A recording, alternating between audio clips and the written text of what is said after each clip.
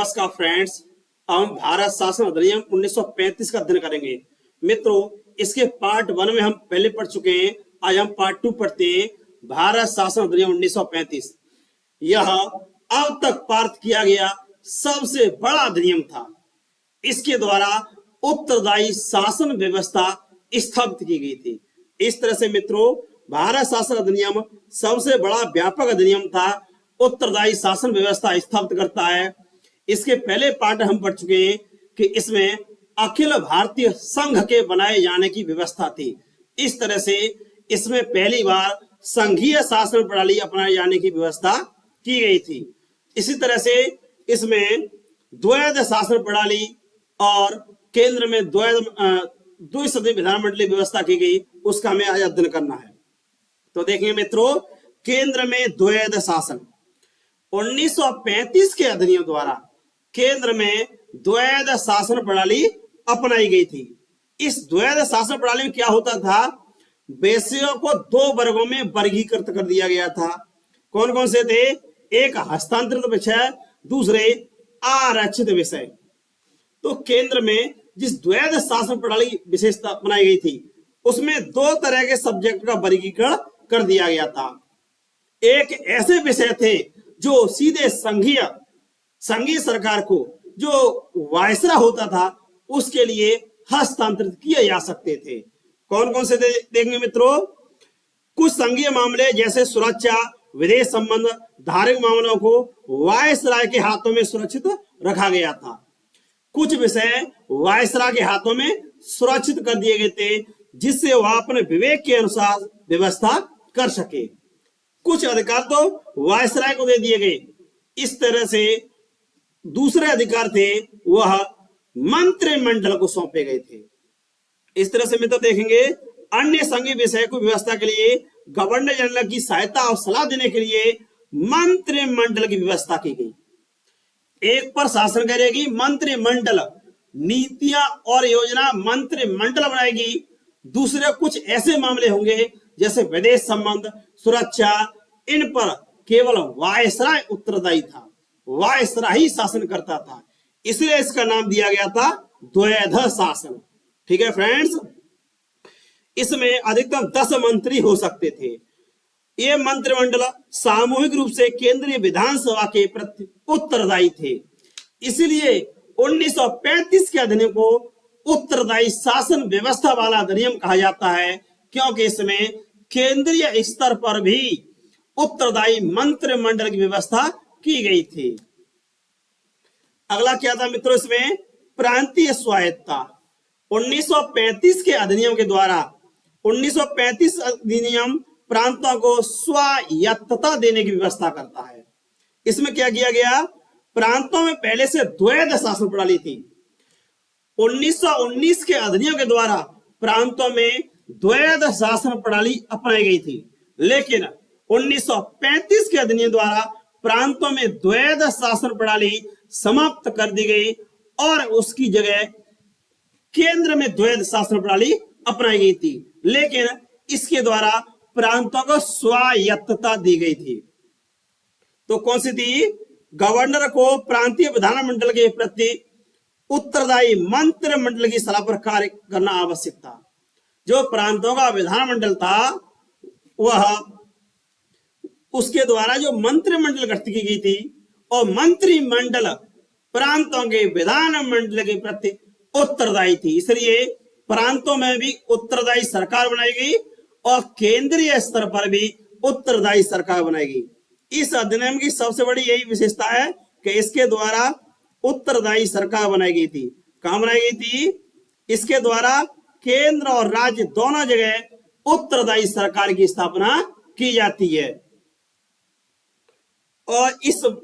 और विधानमंडल के द्वारा अविश्वास प्रस्ताव से मंत्रिमंडल को हटाया भी जा सकता था। मित्रों, क्या होता है? जो उत्तरदायी सरकार होती है, खासकर ये संसदीय शासन प्रणाली अपनाई जाती है। संसदीय प्रणाली में मंत्रिमंडल सामूहिक रूप से विधानमंडल के प्रति उत्तरदायी होती है। जब तक इसे बहुमत होता है तब तक सरकार में रहती है, और बहुमत समाप्त हो जाता है तो मंत्रिमंडल को सामूहिक रूप से त्याग पत्र देना होता है। और इसके द्वारा क्या किया गया था? ब्रिटिश संसद की सर्वोच्चता, जिस 1935 के अधिनियम में व्यापक व्यवस्था की गई थी, तो दूसरी ओर ब्रिटिश संसद की सर्वोच्चता स्थापित की गई। क्या होता था? इस अधिनियम में किसी भी प्रकार का कोई भी संशोधन केवल ब्रिटिश संसद ही कर सकती थी। अर्थात जो केंद्रीय विधानमंडल थी और प्रांतों के विधानमंडल थे, वह 1935 के अधिनियम में किसी प्रकार का कोई संशोधन नहीं कर सकते थे। इस तरह से मित्रों देखेंगे, भारत शासन अधिनियम 1935 के संबंध में क्या है? ब्रिटिश संसद की सर्वोच्चता बनाए रखी गई।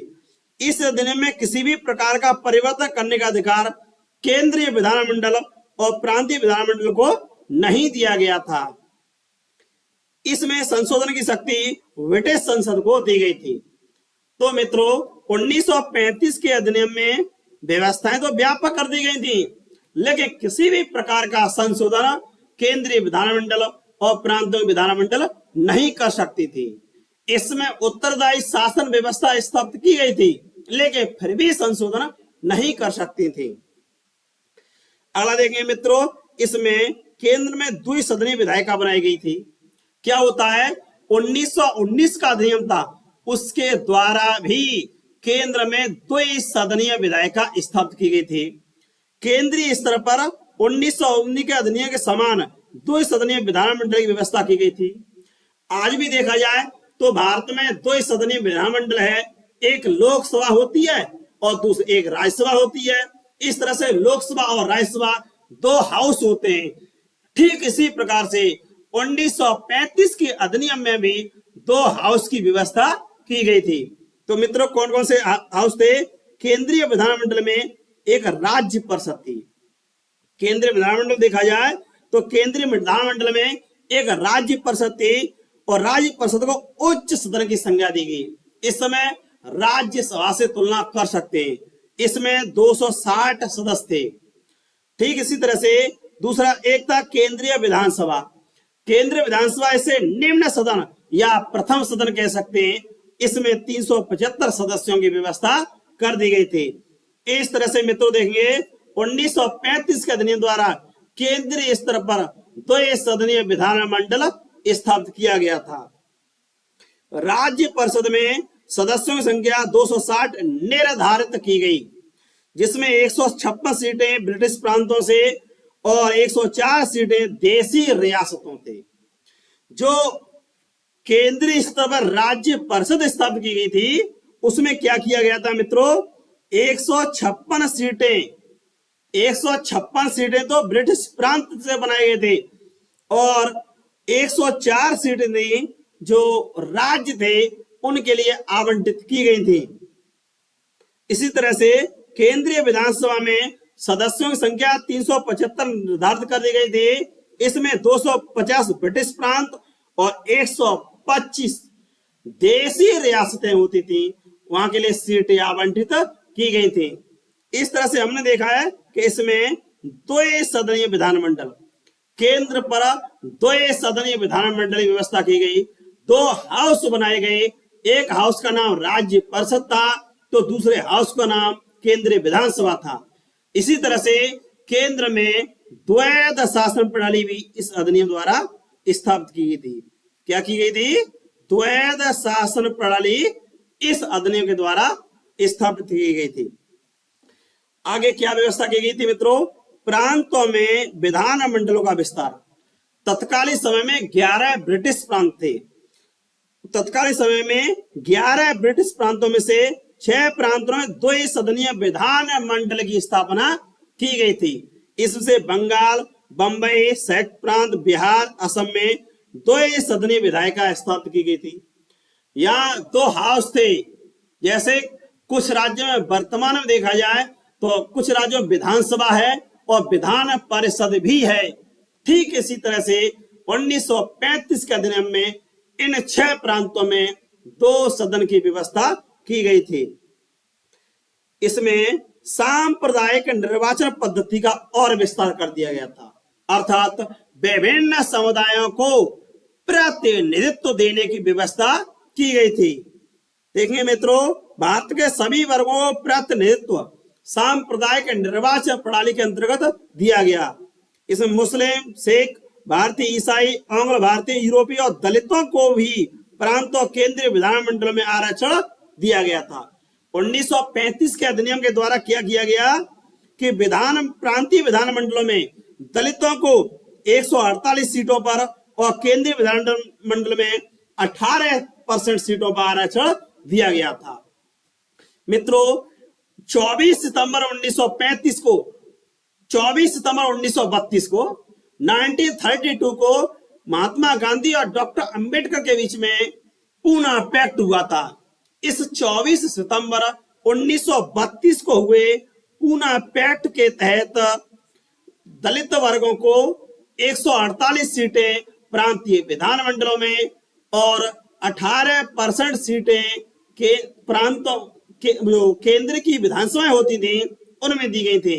इस तरह से इसके द्वारा दलित वर्गों को भी प्रतिनिधित्व दिया गया था।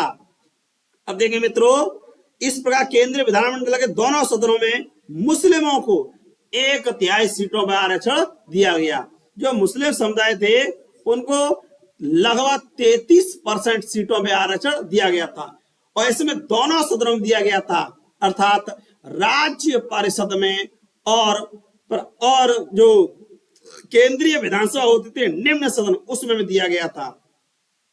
इस तरह से देखेंगे मित्रों, जो 1935 का अधिनियम था ये एक व्यापक व्यवस्था करने वाला अधिनियम था। इसके द्वारा केंद्र में द्विसदनीय विधायिका बनाई गई थी। केंद्र में द्विसदनीय विधायिका बनाई गई और केंद्र में अन्य द्वैध शासन प्रणाली भी लागू कर दी गई थी। हालांकि प्रांतों में द्वैध शासन प्रणाली समाप्त कर दी गई थी। धन्यवाद फ्रेंड्स।